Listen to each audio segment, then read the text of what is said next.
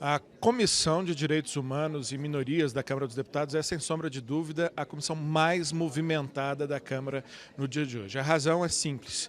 A convocação, ou melhor, o convite do jornalista Glenn Greenwald, que é o editor do site The Intercept, que já há cerca de 2 semanas vem trazendo uma série de reportagens com base em vazamentos de conversas do ministro Sérgio Moro, então juiz federal, com membros do Ministério Público Federal da Operação Lava Jato, da Força Tarefa da Lava Jato. Muita controvérsia tem se gerado em torno desses diálogos, que não poderia haver, na leitura de muitas pessoas, uma interação tão próxima entre o juízo e o promotor da causa, no caso, o Ministério Público. Muita controvérsia se tem gerado também em torno da divulgação dessas conversas, e para discutir tudo isso, a Comissão de Direitos Humanos resolveu fazer essa audiência pública com o jornalista Glenn Greenwald. São 4 os autores de requerimentos convidando o jornalista para vir. Um deles é o deputado Márcio Gerri, do PCdoB do Maranhão, que vai nos falar sobre a expectativa dele em torno da vinda do jornalista Glenn. Muito obrigado por conversar conosco, deputado Márcio Gerri. O senhor que é jornalista também, inclusive foi professor, né, de várias gerações de jornalistas. Como é que o senhor está vendo essa discussão em torno das reportagens e dos vazamentos? Primeiro, um trabalho fabuloso, monumental, um trabalho jornalístico que tem apresentado ao Brasil fatos graves, suspeitas muito fortes, contundentes, que comprometem uma parte significativa da Operação Lava Jato. Sobre a necessidade de se combater a corrupção, ninguém discute isso, foram atropelados processos legais, foi ignorado aspectos importantes da própria Constituição, e acho com muita convicção que o ex-juiz Sérgio Moro, hoje ministro, traiu inclusive a sua função como magistrado. Ele configura, em todos os diálogos até aqui revelados, mostram um descuido, como ele próprio admitiu numa determinada frase, com preceitos fundamentais que asseguram o Estado Democrático de Direito, que asseguram a necessidade e o imperativo do devido processo legal. Então é um momento grave e importante, e é preciso que nestes diálogos que estamos travando, nós possamos também assegurar a liberdade de imprensa em nosso país, um elemento fundamental para que tal liberdade ocorra, que é o sigilo da fonte. Não se trata aqui, até agora, não há evidência alguma de tratar-se de qualquer operação de hackers, como alguns tentam desqualificar, mas de vazamento e de uma fonte, um site na internet com bastante credibilidade, um jornalista extremamente competente, renomado, respeitado, e que oferece ao povo brasileiro fatos graves que precisam realmente ter consequência, inclusive aqui no Parlamento. É importante, inclusive, que nós tenhamos aqui a presença do ministro Sérgio Moro para que ele possa explicar ao país esse conjunto de graves dúvidas que há sobre a atuação dele enquanto juiz na Operação Lava Jato. Bom, o que embasa a vinda dele à Comissão de Direitos Humanos é que o direito à informação é um direito humano, né? Mas, além dessa questão, há outras que, por trás da convocação do jornalista Glenn Greenwald? Sim, e uma que eu acentuo como especialmente grave, que são as ameaças que ele vem sofrendo por conta da divulgação destes fatos, muito importantes para o país. Então, ele, desde que as revelações começaram a ser publicadas, como é sabido da opinião pública brasileira, como tem sido fartamente veiculado, ele tem sido alvo não só de críticas, né, que são normais, né, para quem discorde da apuração que ele vem fazendo, mas de ameaças que são absolutamente inaceitáveis na democracia e que são inaceitáveis e que agridem o direito humano à comunicação, o direito humano à informação, e agridem tudo aquilo que está consagrado legalmente em nosso país para assegurar a liberdade de expressão e o exercício pleno da liberdade de imprensa. Perfeito. Muitíssimo obrigado, deputado Márcio Gerri. Eu convidei também a deputada Carla Zambelli, que é do PSL de São Paulo, e vai atuar aqui no âmbito da comissão como a líder, né, do governo, representante do governo aqui na comissão. Qual é, então, a perspectiva do governo frente à vinda do jornalista Glenn Greenwald, deputada? Olha, a gente não falou muito sobre qual é a visão deles, mas como a gente vai atuar aqui. A gente vai atuar mostrando os fatos. O Glenn entrou com uma série de mensagens que ele diz ser mensagens verdadeiras, mas ele não apresenta prova nenhuma de que as mensagens são verdadeiras. E aqui ele vai ter que apresentar as provas de estar acusando alguém como então o juiz Sérgio Moro, agora ministro da Justiça. O que a gente está vendo aqui é o seguinte, uma pressão para tentar colocar alguma pressão no governo, tentar desestabilizar o governo de alguma maneira, isso não vai acontecer. Principalmente a manutenção do ministro Sérgio Moro na cadeira de ministros é inegociável, a gente não vai deixar o ministro sair, nem que ele queira. E uma outra coisa é que se ele apresentar que as mensagens são verdadeiras, ele vai precisar apresentar uma prova. essa prova não existe. Mas se ela existisse, ela seria criminosa. Então ele está entre uma situação seguinte: se ele apresenta as provas, que eu não acredito que existam, ele vai se declarar um criminoso, e se ele não apresentar, ele vai se declarar mentiroso. Então, qual das duas questões qual das duas posições o Glenn vai assumir, né? E com ele toda a esquerda. Eles estão tentando derrubar o juiz Sérgio Moro de uma maneira que a gente sabe, a população já percebeu. A população está com o juiz Sérgio Moro, já convocaram manifestação para o dia 30/6 em apoio ao ministro, inclusive com um novo boneco em apoio ao ministro, um boneco inédito. E a ideia é aqui firmar posição no sentido de que nós não vamos negociar o título do Sérgio Moro como ministro, e nem isso aqui vai ser algo para derrubar o governo. O que aconteceu hoje foi uma articulação para que o ministro da Educação ficasse na Comissão da Educação. A gente tem a questão dos trans, né, que estão sendo discutida na Comissão de Esportes. A gente tem aqui essa chegada do Glenn e tem a Comissão Especial da Previdência. Isso aqui justamente para tentar dividir o governo, eles conseguem se multiplicar, né? O governo está preocupado em aprovar as pautas positivas, e a gente sabe que hoje vai ter uma discussão grande aqui, mas a gente está preparado. Pois é, do ponto de vista da articulação política e do embate que se prenuncia aqui, o governo fica em situação bem desvantajosa. A gente alcança ali, com o meu olhar na lista, que são 34 inscritos já, mais 7 líderes, e majoritariamente, se não me engano, a senhora e apenas mais 2 deputados inscritos que sabidamente estão na posição de contrapor a posição do Glenn Greenwald. Como é que fica nessa situação de equivalência de forças bem desfavorável ao governo no âmbito da Comissão de Direitos Humanos hoje? A gente não tem medo de ser minoria, tá? A gente sabe que em um momento você vai ser minoria, em outro momento você vai ser maioria. Eu tenho certeza que se passasse hoje um projeto a favor de Sérgio Moro de qualquer coisa, e o então ministro, com certeza ele teria um apoio amplo da Câmara. Mas tentaram fazer uma divisão para que a gente esteja enfraquecido aqui. Acredito que outros deputados virão para poder dar presença, se inscrever, mas eu acho que quantidade aqui não é muito o termo que a gente deveria usar, né? É qualidade. Os discursos deles vão ser repetitivos, eles vão dizer a mesma coisa. E a gente vai continuar dizendo que essas falas, ainda que fossem verdadeiras, não diz nada.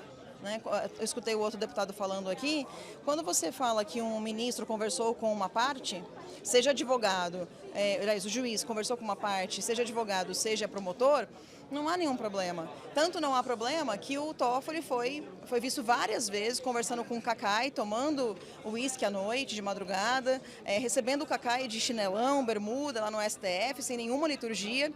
E aí, quando a gente vê uma troca de mensagens pelo WhatsApp, que poderia ser verdadeira e que ainda assim não seria grave, qual que é o problema? Então, a gente vai tentar, eu acho até que a falta de pessoas aqui demonstra que essa situação, esse nome, Glenn, sei lá o quê, ele não causa nada, nenhum medo em todos nós do governo, porque a gente sabe tudo que ele fala, ou é falso, ou não tem problema nenhum, ainda que fosse verdadeiro. Ok, muitíssimo obrigado, deputada Carla Zambelli, do PSL de São Paulo, que vai atuar como líder do governo aqui no âmbito da comissão. Eu vou pedir para o Gabriel Cunha, o nosso repórter cinematográfico, mostrar aqui que ainda faltam 5 minutos para o horário marcado. Aqui se sabe na Câmara, como quase todas as atividades no Brasil, tudo começa com algum atraso, e ao contrário, no dia de hoje, faltando 5 minutos para começar, o plenário já está praticamente lotado, tomado de deputados, e eu vou pedir, inclusive, para o Gabriel mostrar aqui a lista das inscrições de parlamentares, para falar que já temos 36 deputados inscritos, mais um número de 8 líderes para falar também, ou seja, uma situação diferente do corriqueiro aqui na Comissão de Direitos Humanos, como eu já havia mencionado no começo dessa nossa live. Sem sombra de dúvida, a comissão mais movimentada da Câmara dos Deputados no dia de hoje. Ainda está sendo aguardada a presença do jornalista Glenn Greenwald, dentro de alguns instantes ele deve chegar.